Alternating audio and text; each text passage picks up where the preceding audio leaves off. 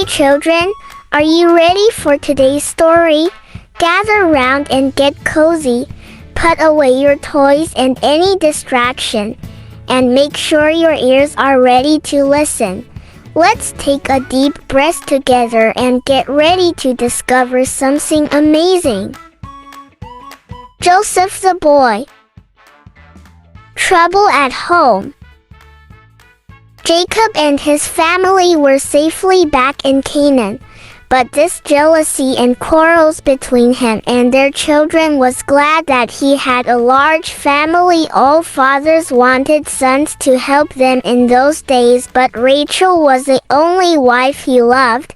He was very sad when she died at the birth of her second son, Benjamin. Little Benjamin was to be the last in Jacob's large family. Because of his love for Rachel, Jacob treated Joseph, her older son, as if he was really his firstborn. This made the other, older brothers very angry. Jacob gave Joseph a special coat with long sleeves, the kind that only a privileged eldest son could hope to own. Because Jacob loved Joseph so much, the other sons hated him. They would go off to look after Jacob's flocks, grumbling and muttering. Jacob sent Joseph to help some of his half-brothers look after the sheep. Joseph was shocked by some of the things he saw them doing, and he told his father all about them when he got home. That made matters worse. The brothers hated Joseph so much that they would not even talk to him. When Joseph tried to speak to them, they paid no attention and went on laughing and joking among themselves. No one in that home was really happy. One night, Joseph dreamed a very strange dream. "Do listen to my dream," he said to his brothers next morning. "We were all out in the harvest field, tying up the sheaves of corn. Suddenly, the sheaf that I was tying stood up straight.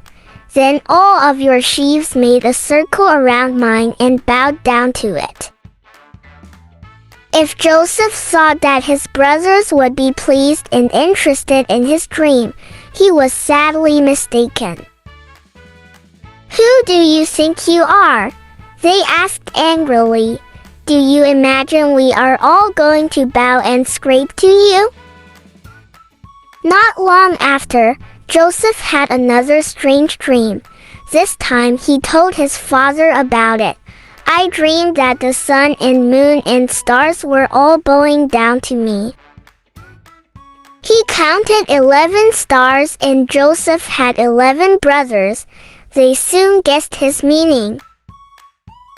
"High and mighty Joseph thinks we shall all have to treat him as a boss," they said to themselves. Even Jacob was a little upset. He thought that the sun and moon in the dream might be a picture of him and his wife. "Do you really think that you will be more important than your parents?" he asked Joseph. But although he scolded Joseph, Jacob went on thinking about the dream.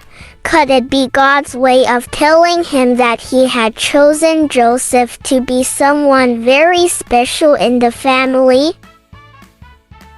Thanks for listening, and don't forget to share your lessons with your friends. I will see you next time for another fantastic story.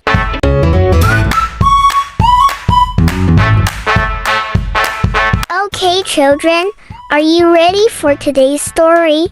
Gather round and get cozy. Put away your toys and any distraction. And make sure your ears are ready to listen. Let's take a deep breath together and get ready to discover something amazing.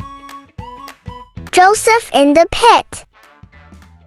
Genesis 37. One day, Jacob came looking for Joseph. He wanted to send him on a special errand. "Your brothers have been away for a long time," he said. "I'm anxious about them. Go out and look for them. Make sure that they are safe." Joseph set off in the direction his brothers had gone, asking for news of them as he went. At last he tracked them down. When he was still in the distance, his brothers caught sight of him. They recognized him right away by the special coat that Jacob had given him. "Look!" called out one of them. "Here comes that dreamer." "We've got him on his own now," said another. "Why don't we kill him while we have the chance? Then we'll see what becomes of his wonderful dreams." Reuben, Jacob's eldest son, tried to stop them. "We ought not to kill him," he said. "Let's just throw him down this dried-up well. That should teach him a lesson." Joseph was close now, so there was no time for more talk and plans. He came towards them eagerly, not suspecting any harm. Two of the biggest brothers seized him, while another ripped off his fine coat. Then, as Reuben had suggested, they threw him into the deep pit. There would be no climbing those steep, slippery sides to escape. A little breathless, but well satisfied, the brothers sat down to enjoy their meal. They paid no attention to Joseph's desperate cries for help. Thanks for listening, and don't forget to share your lessons with your friends. I will see you next time for another fantastic story.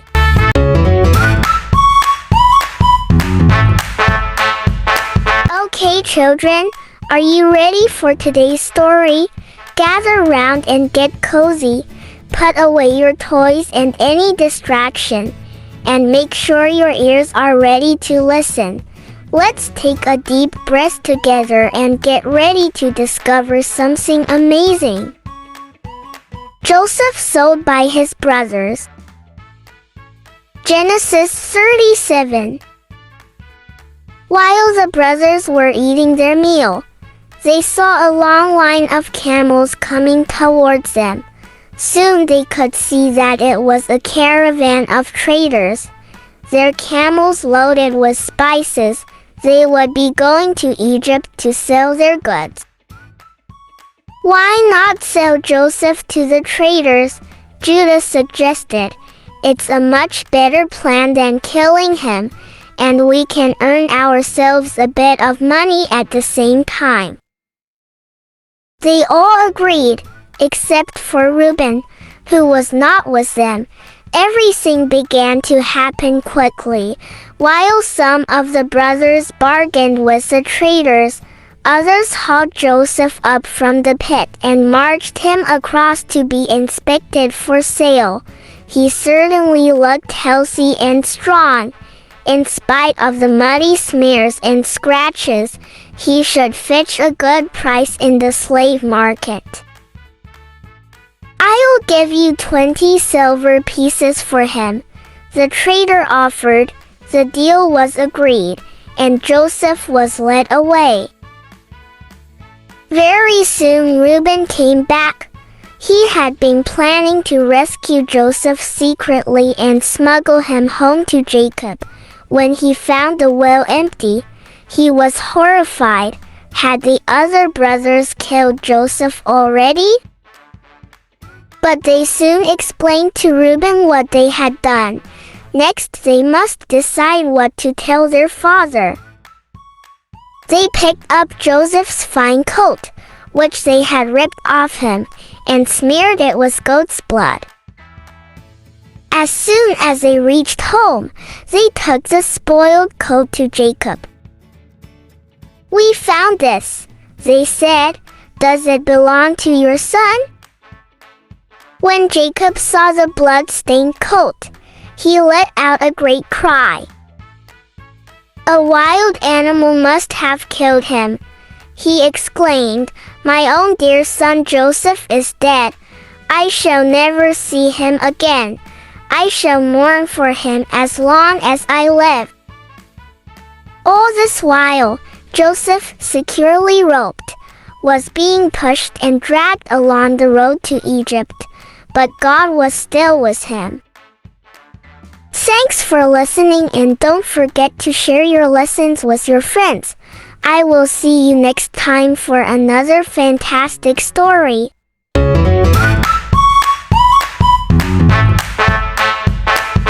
Okay, children, are you ready for today's story? Gather round and get cozy. Put away your toys and any distraction, and make sure your ears are ready to listen. Let's take a deep breath together and get ready to discover something amazing. Joseph the Faithful Helper. Genesis 37-39. Joseph in charge. After being sold by his brothers, Joseph was taken to Egypt by traders. There, he was sold as a slave to a man named Potiphar, an important officer of the king. Even though Joseph was far from home and in a difficult situation, he chose to work hard and do his best. He was honest, kind, and always did what was right.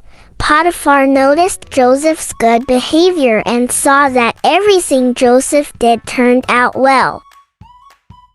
Potiphar was so impressed that he put Joseph in charge of his entire household.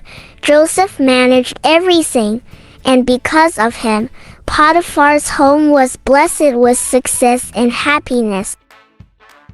But Joseph's troubles weren't over. Potiphar's wife tried to get Joseph to do something wrong. Joseph refused because he wanted to stay true to God and do what was right. Even when faced with temptation, Joseph chose to be faithful. Joseph's story teaches us that even when things are tough, we should always do our best, be honest, and trust in God. Just like Joseph, we can make a positive difference wherever we are. Thanks for listening, and don't forget to share your lessons with your friends. I will see you next time for another fantastic story.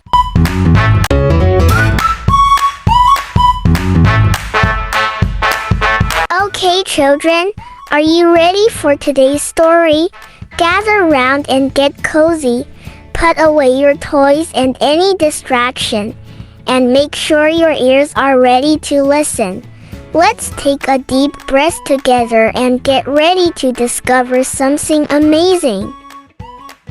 Joseph in trouble again. Genesis 39.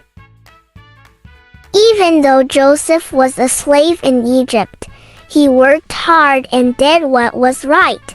His master, Potiphar, trusted him completely and gave him charge over his whole house. Joseph knew that God was with him, and that made him strong and wise. But soon, Joseph faced big trouble he didn't cause at all. Potiphar's wife began to notice how kind and handsome Joseph was. She started trying to get him to do something wrong. "Come and be close to me," she said again and again, but Joseph refused. "My master trusts me with everything," Joseph told her. "I cannot betray him, and more importantly, I will not sin against God." Still, she kept bothering him. Every time Joseph saw her, he tried to go the other way. One day, when Joseph was working alone, she grabbed his cloak and begged him again. Joseph ran out of the house as fast as he could, leaving his cloak behind. Angry and embarrassed, Potiphar's wife told a terrible lie. She told everyone that Joseph had tried to hurt her. When Potiphar heard this, he was furious. He had Joseph thrown into prison. Now Joseph was behind bars, wearing chains, but even in prison, God had not left him. God still had a special plan for Joseph, and he was working behind the scenes to bring something good out of the bad. Joseph's story reminds us, even when life feels unfair, God is always with us and he never forgets us. Thanks for listening, and don't forget to share your lessons with your friends. I will see you next time for another fantastic story.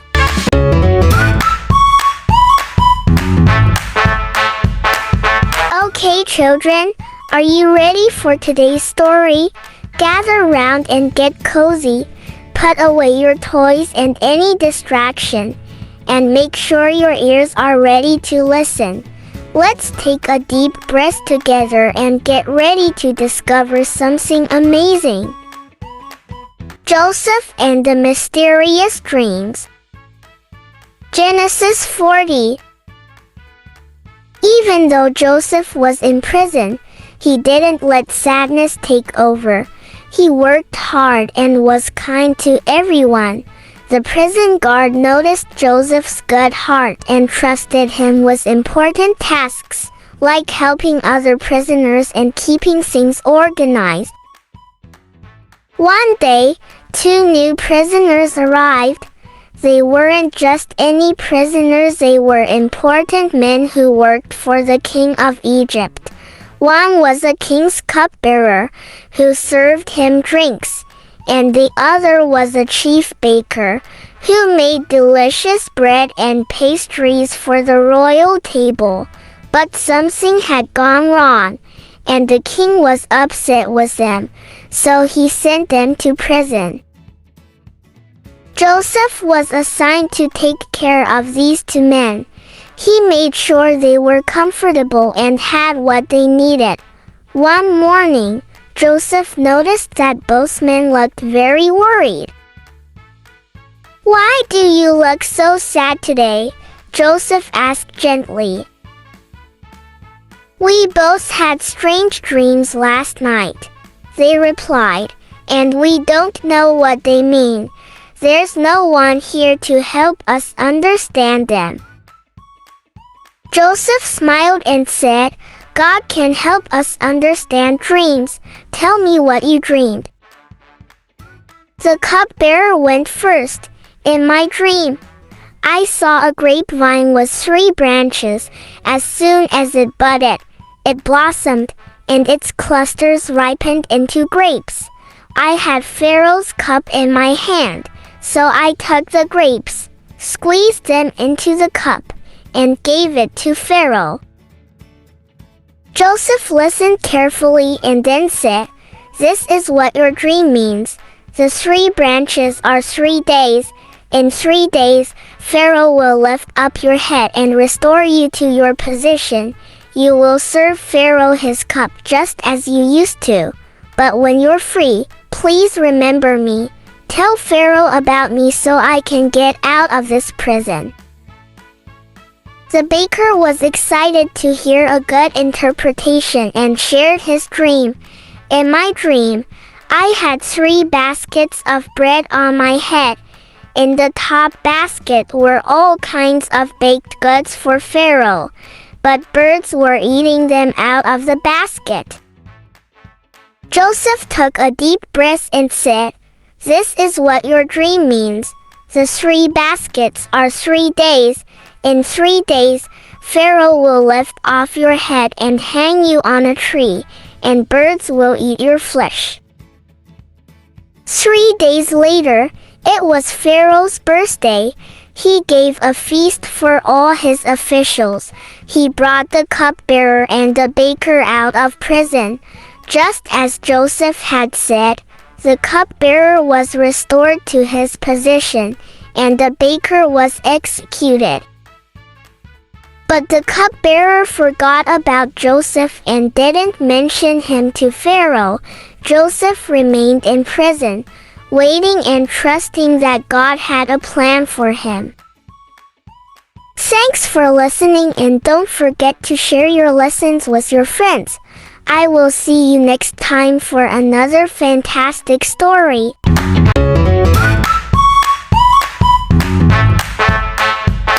Are you ready for today's story?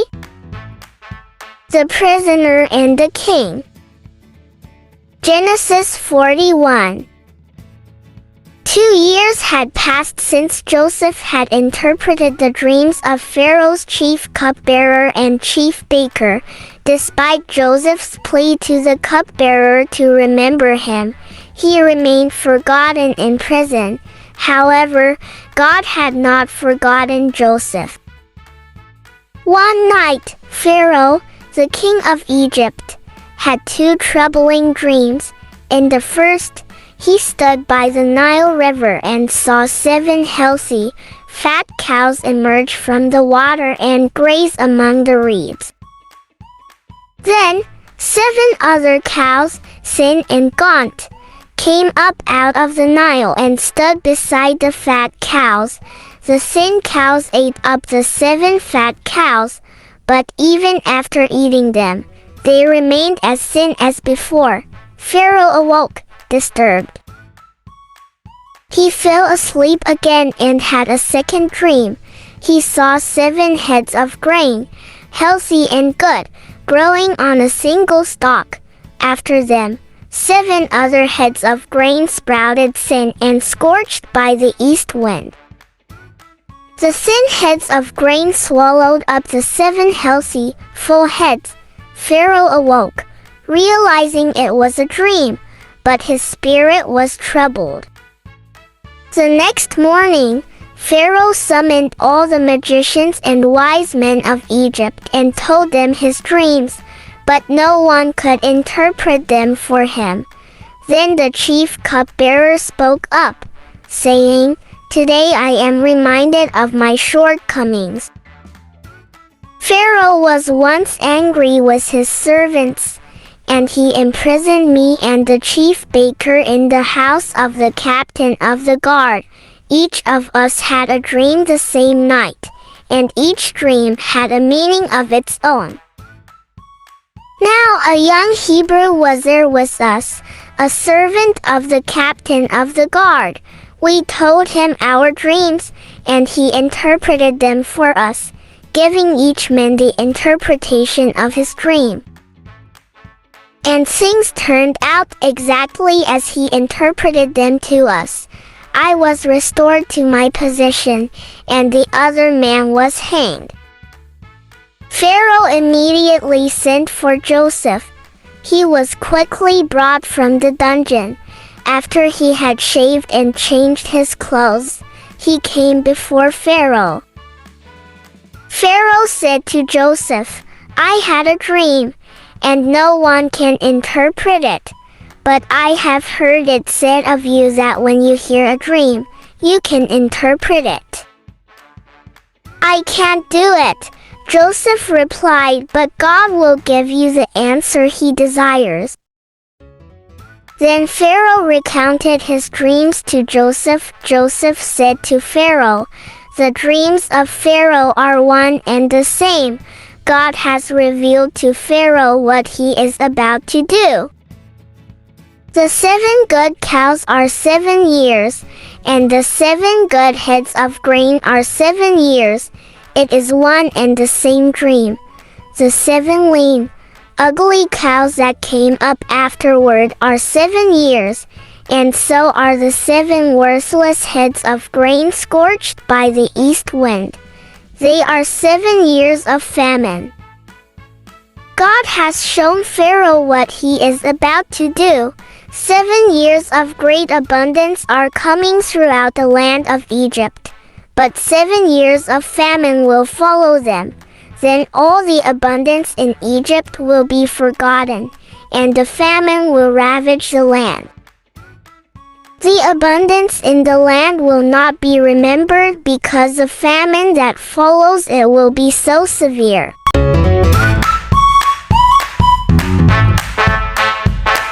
Okay, children, are you ready for today's story? Gather round and get cozy. Put away your toys and any distraction, and make sure your ears are ready to listen. Let's take a deep breath together and get ready to discover something amazing. Joseph the ruler. Genesis 41. The new prime minister. After interpreting Pharaoh's troubling dreams, Joseph warned of 7 years of abundance followed by 7 years of severe famine. Recognizing Joseph's wisdom, Pharaoh appointed him as the prime minister of Egypt, stating, "I am Pharaoh, but without your word no one will lift hand or foot in all Egypt." Joseph, now 30 years old, was given authority over the entire land. He traveled throughout Egypt, overseeing the collection and storage of grain during the plentiful years.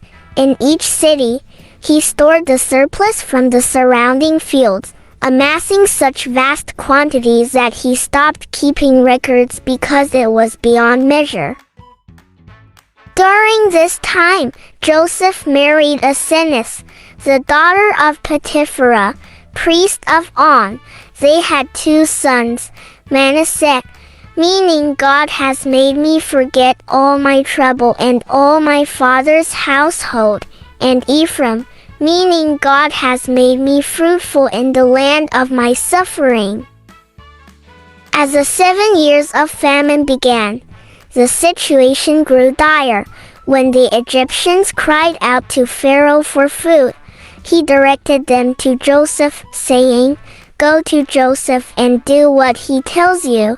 Joseph opened all the storehouses and sold grain to the Egyptians, for the famine was severe throughout Egypt.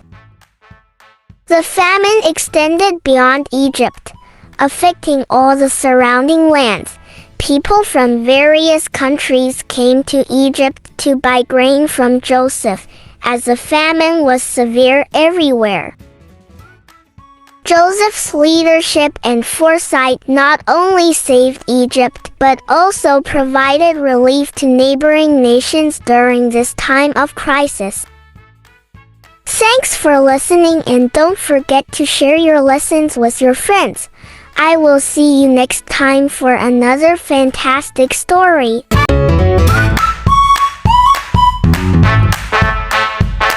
Okay, children, are you ready for today's story? Gather round and get cozy. Put away your toys and any distraction, and make sure your ears are ready to listen. Let's take a deep breath together and get ready to discover something amazing. Food in Egypt. Genesis 42. Back in the land of Canaan, Jacob and his sons were hungry too. "I hear that they have grain to sell in Egypt," Jacob told his sons. "Go there and buy some for us." All the brothers set out, except for Benjamin. Jacob could not bear to be parted from him, for he was the only remaining child of Rachel, the wife he had loved so dearly. As soon as the 10 strangers were ushered into the presence of Joseph, he recognized his brothers. But they had no idea who he was. They never expected their brother to be alive, let alone the governor of all Egypt. Besides, he was dressed like an Egyptian. "Where do you come from?"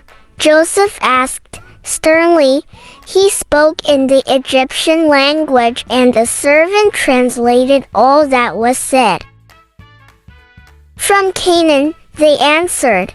"We have come to buy grain." "I don't believe a word of it," Joseph said. I think you are a bunch of spies, come to find out what is going on here. We are honest men, they protested. Then tell me all about yourselves, Joseph insisted. There were 12 of us, all brothers, they began, but one brother is dead and the youngest is so dear to his father that he would not let him come with us. Joseph felt strange when he heard himself described as dead, but he did not let his feelings show. Prove that you are innocent by bringing that youngest brother with you next time you come, he ordered. I am going to keep one of you here as a hostage until you return. Simeon was taken away and put into prison. The others were allowed to go back to Canaan with sacks full of grain. When they arrived home and opened the sacks, they were horrified to find their own bags of money lying on top of the grain. They had been given back all they had paid. Now we'll be accused of being thieves, as well as spies, they cried. They did not know that Joseph had told his servants to put the money there. He was trying to find out what kind of men those cruel brothers had turned out to be. Thanks for listening and don't forget to share your lessons with your friends. I will see you next time for another fantastic story.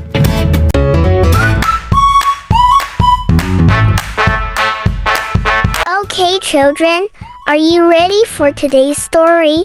Gather round and get cozy. Put away your toys and any distraction, and make sure your ears are ready to listen. Let's take a deep breath together and get ready to discover something amazing. Benjamin's journey. Genesis 43. Little by little their supply of Egyptian grain ran out, and soon Jacob and his large family were hungry again. You must go back to Egypt to buy more, Jacob told his sons. Only if we can take Benjamin with us, they insisted. Never, Jacob cried. Joseph is dead, Simeon in prison, and now you want to take Benjamin away. We shall all be put to death as spies if we don't, the brothers reasoned. Then Judah, the one who had suggested selling Joseph as a slave so many years before, spoke up. I promise on my life to take care of Benjamin, he said to Jacob. I will be responsible for him. Sadly and reluctantly, Jacob watched them all leave for Egypt. To their great relief, they were kindly welcomed and shown to Joseph's house. When, after so long, Joseph saw his own brother Benjamin, he could hardly hold back tears of joy. He ordered Simeon to be released and then invited them all to dinner. When they came in nervously to sit at the table, they were amazed to find that they had been placed in exact order of age. How could anyone have known?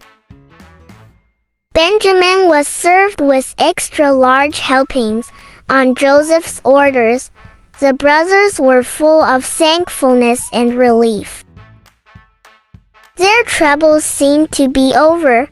Soon they would all be safely on their way home with fresh supplies of grain. Thanks for listening and don't forget to share your lessons with your friends. I will see you next time for another fantastic story.